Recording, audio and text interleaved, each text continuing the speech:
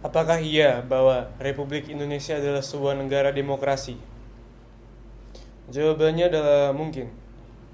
Walaupun kita semua memilih presiden dan wakil presiden dan juga wakil-wakil daerah kita, sebenarnya yang kita pilih itu adalah orang-orang yang tidak ada di sana mewakilkan partai untuk keuntungan kita, tapi adalah untuk keuntungan pemodal-pemodal partai.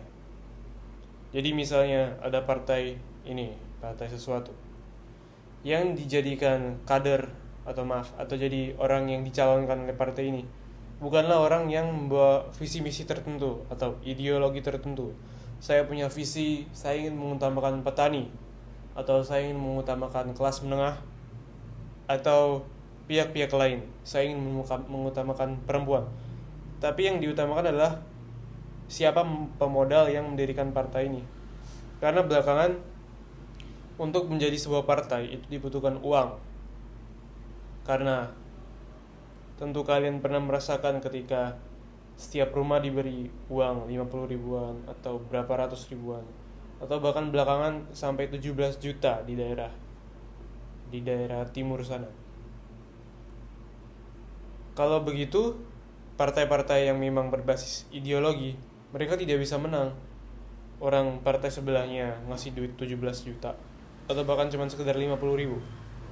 Jadi partai menjadi ajang besar-besaran modal. Siapa yang punya modal dia menang. Dan pemodal-pemodal ini memberikan uang agar siapa yang nanti jadi wakil rakyat, mulai dari presiden, DPRD, DPR. Nah, ketika dia jadi presiden, Pak Presiden harus memberikan proyek-proyek yang menguntungkan bagi para pemodal. Misalnya jadi DPRD. Oh, kamu kasih uang, kamu jadi calon ya. Nanti kalau jadi, kamu kasih aku proyek ini kasih dia, proyek ini kasih dia. Atau mungkin orang kaya itu sendiri yang jadi presiden. Misal Pak Prabowo Subianto atau siapa. Seperti itu. Atau beberapa wali kota dan gubernur-gubernur. Dulu sempat ada Sandiaga Uno. Terus seperti itu ya. Orang-orang kaya menjadi wakil untuk melindungi kepentingan perusahaan mereka. Mungkin sebagai efek samping ada beberapa wakil daerah yang seperti ini yang menunjukkan hasil yang bagus. Tapi tentu tidak bisa dipungkiri bahwa ada kepentingan perusahaan mereka yang mencampuri hal-hal ini. Jadi bisa dibilang oleh saya bahwa Indonesia ini sudah demokrasi. Ya kan, orang kita memilih wakil rakyat kita. Tidak semua negara bisa seperti ini loh. Pemilu kita itu salah satu pemilu yang paling hebat di muka bumi ini. Kebanyakan pemilu di luar negeri itu tidak serentak. Jadi daerah ini dulu terus diikuti daerah ini. Jadi kalian akan menemukan pemilu Amerika Serikat itu berlangsung beberapa hari. Tapi pemilu Indonesia serentak. Semua orang memilih. Bisa dibilang. Masalahnya adalah walaupun kekuasaan politik sudah terbagi secara rata, saya dan Anda, pemilik Sampurna dan pemilik Wings Food, kita semua memiliki satu suara yang sama. Tapi di balik satu suara ini ada kekayaan yang sangat berbeda. Kan bisa lihat ketimpangan ekonomi di Indonesia itu sudah cukup bertumbuh, belakangan cukup tinggi. Saya tidak punya data untuk sekarang.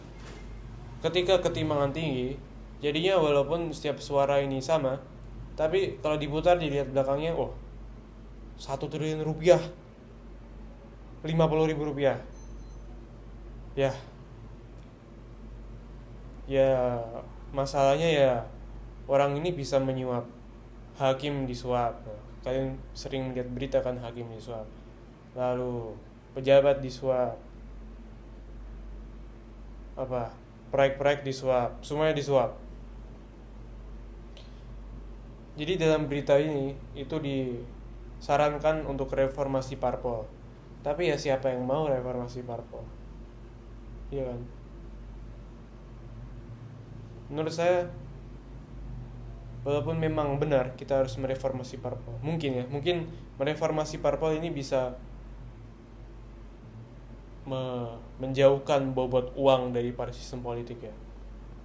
Tapi menurut saya masalah akarnya adalah ketimbangan. Selama ketimbangan itu masih timpang, suara pun masih akan terkena efeknya. Ketimbangan suara juga. Jadi ketika masalah ketimbangan ini diperhatikan, nanti akan juga tersalur ke politiknya. Karena untuk sekarang masalah di Republik ini menurut saya adalah ketimbangan ekonomi. Assalamualaikum warahmatullahi wabarakatuh.